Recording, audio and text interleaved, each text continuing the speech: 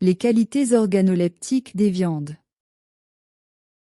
Qu'est-ce que les qualités organoleptiques des viandes? Nous allons les découvrir ensemble.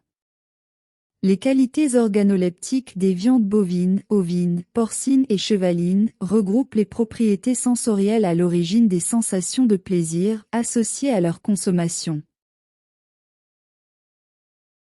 La couleur. Les qualités organoleptiques de la viande dépendent de nombreux facteurs liés non seulement à l'animal et au mode d'élevage, mais aussi au travail des viandes et à leur cuisson. De l'étable à la table, aux différentes étapes de la filière, le savoir-faire de chaque professionnel est important. Le choix de ces animaux joue un rôle primordial. Différents facteurs biologiques déterminent l'intensité de la couleur rouge du muscle.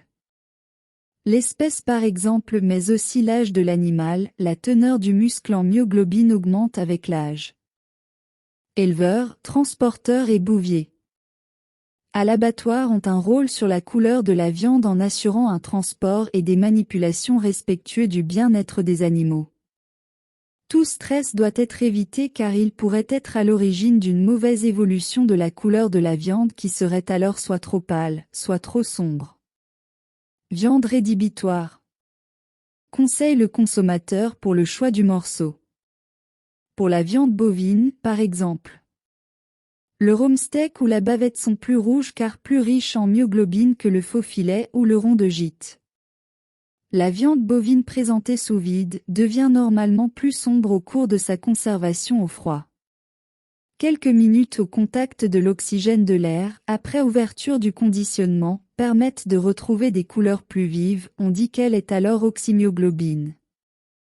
La cuisson entraîne le passage du rouge au brun doré plus ou moins intense, caractéristique de la viande cuite.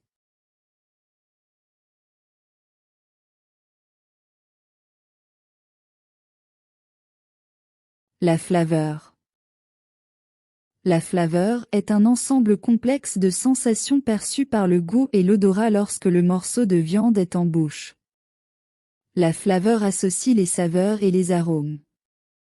Les composés de la flaveur sont libérés au moment de la cuisson de la viande à partir de molécules précurseurs d'arômes, contenues notamment dans le gras. L'éleveur choisit l'alimentation des animaux qui permet le dépôt de gras recherché dans les muscles. Ce gras musculaire, encore appelé le persillé, influe sur la flaveur de la viande. À l'abattoir, à l'atelier de découpe, chez le boucher, le respect de la chaîne du froid permet, d'une part, une bonne maturation de la viande, étape essentielle pour l'expression de sa flaveur et, d'autre part, évite l'oxydation des graisses qui seraient responsables d'odeurs et de goûts désagréables. La viande crue a une flaveur peu prononcée. La cuisson, par son action sur les précurseurs d'arômes formés pendant la maturation, développe la flaveur caractéristique des différentes viandes. La jutosité. La jutosité de la viande est une caractéristique perçue lors de la mastication. La jutosité dépend de la quantité de sucre musculaire libéré dans la bouche au début de la mastication. Elle est accentuée par la stimulation de la salivation, due en particulier à la présence du gras intramusculaire. Le boucher conseille le consommateur, le persillé d'une viande est garant de sa saveur et de sa jutosité. Bien saisir la viande en surface au début de la cuisson permet de conserver tous les sucres à l'intérieur du morceau et la durée de cuisson doit être maîtrisée pour éviter l'assèchement. Comme pour la flaveur, l'éleveur joue un rôle important pour le développement de la jutosité de la viande. Pour cela, il distribue aux animaux les aliments qui permettront le dépôt de gras musculaire recherché. Découpeur et boucher assurent une maturation suffisante pour que le sucre musculaire demeure dans la viande et n'ait pas tendance à s'écouler au moment de la cuisson, pour que la viande puisse conserver toute sa jutosité lors de la consommation. La tendreté. La tendreté est la facilité avec laquelle la viande est découpée puis broyée lors de la mastication. C'est la qualité la plus appréciée et la plus recherchée par le consommateur. La tendreté de la viande dépend en particulier de la teneur du muscle en collagène, une protéine très résistante. Le muscle est d'autant plus tendre que sa teneur en collagène est faible. Une fois de plus, le rôle de l'éleveur est important. La tendreté d'une viande dépend de l'espèce de l'animal, de son sexe, mais aussi de son âge. Les muscles, surtout ceux riches en collagène, sont naturellement moins tendres chez l'adulte que chez le jeune. À l'abattoir, la réfrigération des carcasses, garante de leur qualité sanitaire, est correctement conduite pour éviter un durcissement des viandes. Un refroidissement trop rapide pourrait entraîner la diminution irréversible de leur tendreté. Un temps de maturation suffisamment long est nécessaire pour l'obtention de la tendreté recherchée.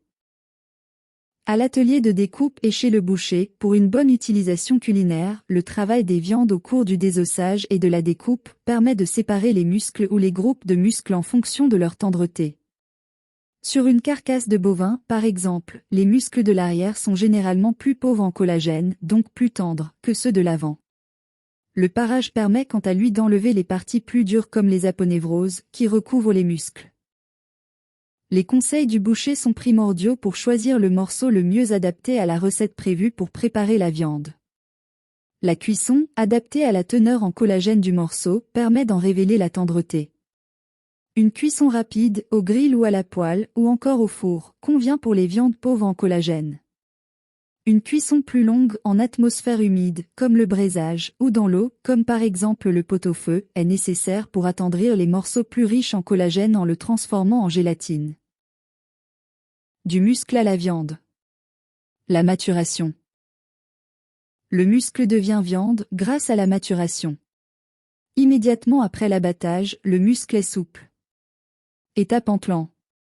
Après la mise en chambre froide des carcasses, les réserves énergétiques stockées sous forme de glycogène s'épuisent rapidement. Le glycogène est transformé en acide lactique qui s'accumule et acidifie le muscle. Les fibres musculaires se figent et le muscle devient rigide.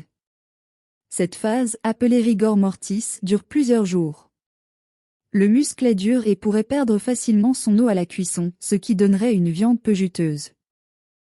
L'acidification permet l'activation d'enzymes qui progressivement fragmentent les protéines du muscle et permettent ainsi son attendrissement naturel. C'est la phase de maturation proprement dite, elle correspond à la transformation du muscle en viande, au cours de laquelle se forment également les précurseurs des arômes et de la saveur de la viande. En fonction de l'espèce de l'animal, 1 à 2 semaines, dans de bonnes conditions de conservation en réfrigération, sont nécessaires pour que la maturation permette l'expression des qualités organoleptiques recherchées par le consommateur, comme par exemple la flaveur ou la tendreté. La maturation n'a pas d'effet sur le collagène, protéine du tissu conjonctif qui assure le soutien et la structure du muscle et lui confère sa dureté de base. Les effets bénéfiques de la maturation sur la tendreté seront toujours plus perceptibles pour un muscle pauvre en collagène. Pour un muscle riche en collagène, le choix d'un mode de cuisson approprié permettra d'obtenir les qualités organoleptiques recherchées. Voilà, c'est fini. J'espère que cette vidéo vous sera utile. Pour plus d'informations, reportez-vous page 225, 226, 227, 228, 229, 230. Du livre qu'utilise notre centre. Au revoir.